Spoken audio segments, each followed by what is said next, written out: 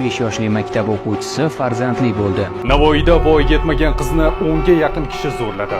2008-yilda tug'ilgan voyaga yetmagan qizni navbati bilan zo'rlagan. Maktabdan qochgan 31 yoshli pedofil maktabdan qaytayotgan 3-sinf qizaloqni zo'rlagani haqida xabar berildi. Yo'qlik tomon ketayotgan vatanning yangi avlodi xuddi onasidan ajratib olingan bandi polaponlar kabi erkidan mahrum. Bu ahvolda o'tmishning yodi, kelajakning umidi yo'q, chunki uning vujudi vahshiylik panjalari ichida burda qilingan. Bunday ahvolga tushishiga millatning o'zi ham aybdor, chunki u ilm va funundan yuz o'girdi. Jaholatni o'ziga yor deb bildi. Bunday g'aflat uyqusida yotib, do'st bilan dushmanni farqiga bormadi. Oqibatda esa inqirozga yuz tutdi.